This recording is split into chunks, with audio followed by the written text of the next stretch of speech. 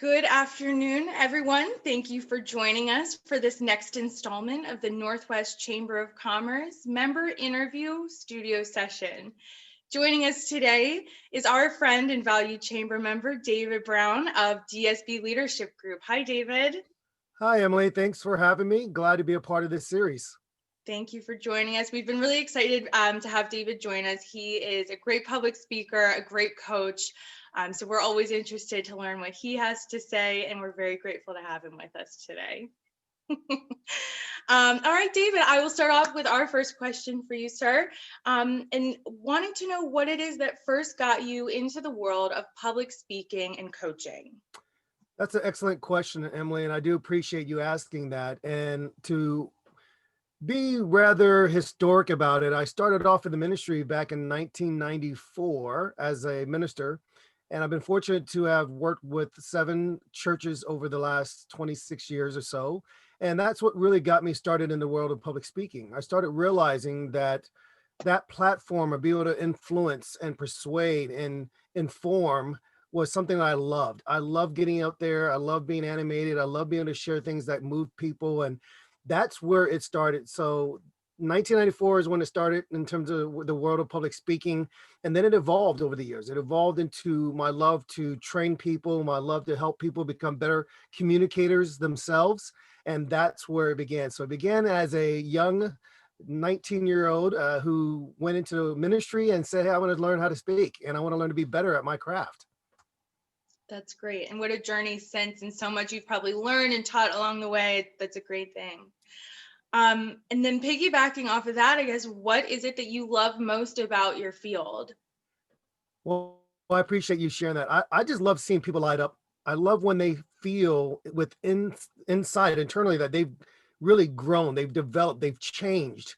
And when I see that spark, it makes me feel like I've done my job. I've done something right because I've gotten them to a point where they believe in themselves, where they see the better version of themselves. And now they're more influential. They're able to communicate what they want. They're able to communicate their vision, and they've really accelerated their career. And so what I love and what I'm passionate about isn't the messages that I'm giving as much as what I see in the people I'm working with, what I see in the organizations I'm working with, because I believe without a doubt, this is probably the most important skill set any professional can improve and grow in. It's their communication skills. And that includes listening, the speaking, body language. All this is important. And I love seeing professionals grow in their confidence, grow in their ability to deliver their messages. That's what I love the most. And I'm sure you do see that growth, from start to finish, how someone has evolved in their comfort of speaking. I mean, it's a big thing, and everyone definitely needs it. Okay, so what has been a favorite moment of your career so far?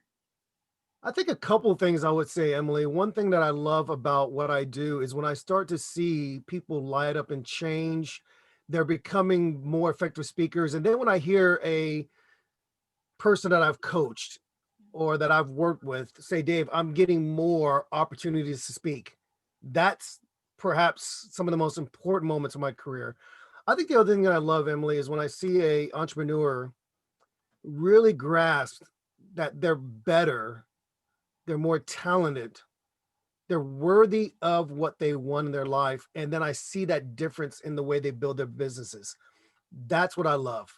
I also want to say I was working with a speaker out of New Jersey, and she had a lot of self-doubt. She went back to a lot of areas where she had, I would call it her crutch or safe that protected herself. And she didn't realize that that was actually hindering her for growing and developing. So I had her record herself speaking. I had her send me those messages, and we worked through those individual messages. And then to see her changing the little, we call it minute little things, tweaking things here and there, her voice inflection, her body language, what she does with her face when she's trying to make a point come across, or when she feels like she's lost her train of thought.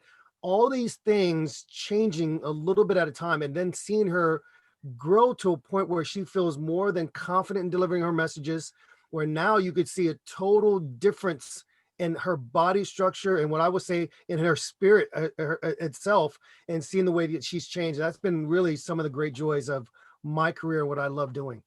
I love that. I bet that's good. I really, but yeah, it makes you feel good. It really It does. does. And It to certainly help does. someone like that. And how about any interesting experiences over the years with public speaking? I will share a couple of them. One pretty funny, and then one that's kind of like aha moment. The funny one was when I was first speaking as a young speaker. This is in the mid '90s, and I remember I was getting up and I was speaking before a crowd about 2,500 people, and I just felt deflated, Emily. I felt like I failed. I bombed. I had an opportunity to speak, and it did not go well. And I remember my mentor at the time saying, Dave, look, if one person in that room made decisions to change, or they alter something in their frame of thinking, or they alter something in how they do their business, you were successful. And it taught me a valuable lesson that I got to quit thinking about everybody's got to get my point. They may not be there to receive what my message is going to be. But if I can reframe it to understanding that every single person there can grab one piece or one component, and that might be the very thing that changes their life, then that makes me a better speaker. And I learned that. So that was the thing that was funny, because it was funny in the sense of it was a hard lesson to learn. And yes, I did get more opportunities to speak, and I did speak to crowds larger, but that right there was embarrassing, but it was a great life lesson. I think what I will say now is I'm learning so much from the podcast that I'm doing. I have a podcast with my identical twin brother, and we are genetically the same, Emily, but we're like totally different people. He's the engineer, he's calculating how he thinks, step one, step two. This is the guy that took things apart, whereas I'm the free spirited. Hey, let's just go take over the world. It'll work itself out somehow. That's the way I am.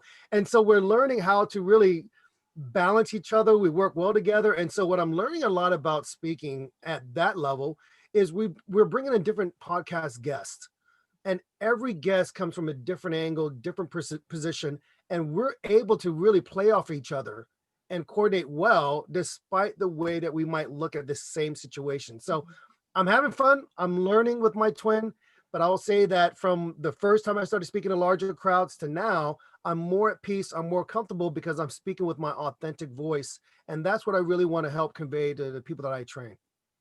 Love that. That's great. And then a little bit about you. I mean, I know you are so positive and you're so helpful with all these things. I am curious to know if you have a favorite word in your vocabulary, something uplifting or just something that you live by, maybe. Well, if people are around me for any amount of time, they'll say that Dave's favorite word is awesome. I say it all the time. I'll Yeah. say it in my speech, I'll say it in my writing. It could be the smallest thing, and I'll just think it's the most incredible thing. And I'll say, man, that's awesome. And when you first get around me, you'll think, oh, Dave, why do you say that? That sounded cheesy. That's corny. But as you get to know me, I get excited about almost everything. And if it excites you, it's going to excite me. So awesome is probably the word that I'll say is my favorite. And you saying awesome is really authentic because we've been on calls before, we've been in networking groups, and I know like you're genuinely excited and you want to convey that. So I get Thank it. you. I appreciate it. Okay, so how about some of the hard-hitting questions now? What profession other than your own would you like or would have liked to attempt at some time? I thought about that question, Emily, and to tell you the truth, I've always been fascinated with architecture. And Okay. even though I went to school for international business, I felt at the time as a young man, I was going to travel overseas and kind of help to bridge the gap with US relations, help them understand the different cultural norms. But as I've gotten older and I travel a little bit more, I just am fascinated by the architecture of buildings, and I wonder how they came to be. And so if I wasn't doing what I'm doing now, Emily, I probably would explore the world of architecture. Okay, that's a good answer. That's a great one. Um, and then I guess the most important question I have for you is what is the one business lesson you wish you would have known prior to starting your career? Don't be such a hothead. Be humble enough to learn. Be coachable. And I will say this, Emily, it took me about 13, 14 months to get going, when in reality, it could have taken me a month. And the truth is, had I spent more time probably listening to coaching, gotten a mentor to get involved early on, someone who give me the steps, the ropes, I literally think I would have laid the framework a lot differently and literally shortened the runway. And so what I tell professionals all the time is, yes, they can spend the time and learn how to become better speakers and communicators on their own. But if they work with someone like myself, work with my organization, we could shorten that runway. And that runway can mean everything from a raise, it can mean everything from a promotion, getting that corner office. This is what we do. And I'll tell you, I needed to swallow that pill and take that medicine. But looking back, I would have gotten more experts, more leaders, people that have involved in my life to help me get that runway shortened. Yeah. Well, it's a good lesson. I think that's definitely applicable in most fields and most careers for people right now. And having those people to turn to as a resource is really important. We are coming up on the end of a year of a pandemic, and I know in my new role I've had to get in front of the camera a little more, and I have been fortunate enough to take the class with David, and it's helped me. And it's definitely something right now people are forced to be on camera and do these things, and it's something that can really help in the long run. I mean, for a short period of time to make this work now, but it really does set you up longer. It's true. So That's that's true. I love it. And I appreciate you sharing that, Emily. I've been spending some time working on new courses. Mhm. And the course you took on my delivering authentic presentations is really my public speaking course.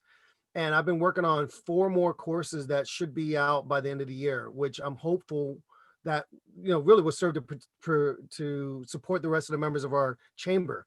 I'm also doing something in December where I'm doing a holiday special where all the chamber members will be able to get 50% off all the products and the courses I'm offering, including a live webinar training series. So this is some incredible stuff, encouraging stuff. So thanks for the plug. I do appreciate it. Of course, always. Well, that's also really exciting. And for anyone who is looking to ramp up those skills and maybe take a little more confidence in their speaking, that's a great offer for this year and for David's courses, because he really is the best at it. So we will definitely share that information as soon as it's live and make sure that our members know where to go. Thank you, Emily. I do appreciate it. And this has been such a joy to be on this with you. And I look forward to hearing more of the members share about their experiences as well. We are too. We're really excited for it. Well, thank you for joining us today, David. As always, it was a pleasure. And we look forward to seeing from you more in the future. Thank you, Emily. And I look forward Thank to it as you. well. Enjoy the holidays and let's continue to build our chamber. I love it. Thank you very much. Thank you.